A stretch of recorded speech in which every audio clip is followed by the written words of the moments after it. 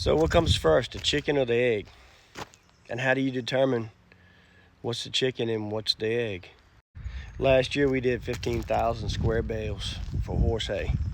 And I own all my own hay equipment outright, paid for it. But this rig right here is a tedder. It's designed to do about 1,000 bales a year. So last year I did 15,000 bales.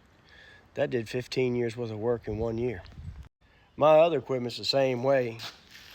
I really got what I could afford, and we got bigger and bigger, doing more land, selling more hay. But the equipment is not, there's nothing wrong with the equipment. I'm just wearing the hell out of it, replacing tires, bearings, bushings. It's just, I'm putting a lot of wear on it. But in my area, I'm not readily available to hay equipment. Me and my partner are pretty much the only ones in this area that do horse hay. There are other guys that do hay, like for cows and stuff, but it's a different procedure, I guess is best. They're not as concerned over quality as I am. So I need to get heavier duty, longer lasting equipment and try to upgrade to something nicer. It's just not all that readily available. And say year before last, drought hit us and we only did 6,000 bales.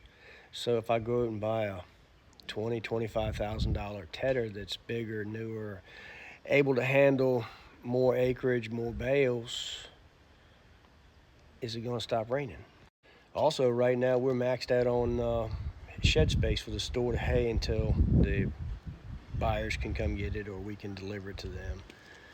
So I need to put up a shed because I hate buying newer equipment and letting it sit out in the weather all winter. It just rubs me the wrong way that something that expensive sitting out in the weather.